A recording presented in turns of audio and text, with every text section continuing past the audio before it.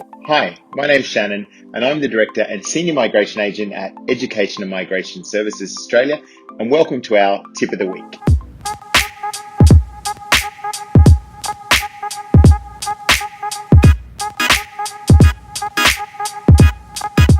In this week's Tip of the Week, we're going to talk about the different 485 visas, the graduate work and the post-study work visa.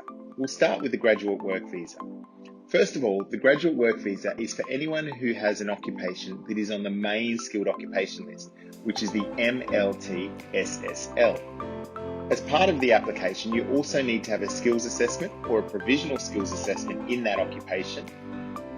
With this visa, it is granted for 18 months. It's generally for people who may have studied a trade in Australia.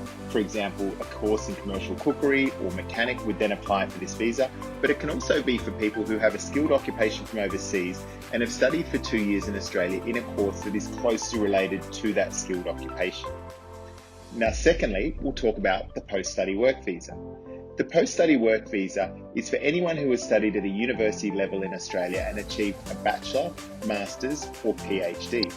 Again, the study needs to be registered for a minimum of 2 years, and if you've done a minimum of 2 years of study and achieved a bachelor or a master's degree by coursework, you can get a 2-year post-study work visa. If you've done a master's by research, you can get a 3-year post-study work visa. And if you've done a PhD, you can get a 4-year post-study work visa. Now, one of the other things that was introduced in November 2019 is that if you study in regional areas of Australia, you can get an extra 1 or potentially 2 years on this visa.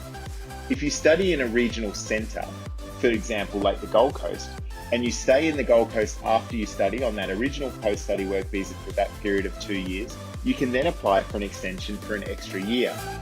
If you were to do that study in a smaller regional area, for example, Cairns, and stay there for the extent of that 2 years as well, you can apply for an extra 2 years on that post-study work visa. Now, with both of those visas, the minimum requirements are that you need to have studied course or courses that are CRICOS registered for a minimum of 92 weeks. You need to have a minimum IELTS or equivalent to 6 overall, nothing less than 5. As well as that, you need to have police checks, medicals, and as well as that, overseas visitors health cover. Thank you for listening to our Tip of the Week on the 485 post-study work and graduate work visas.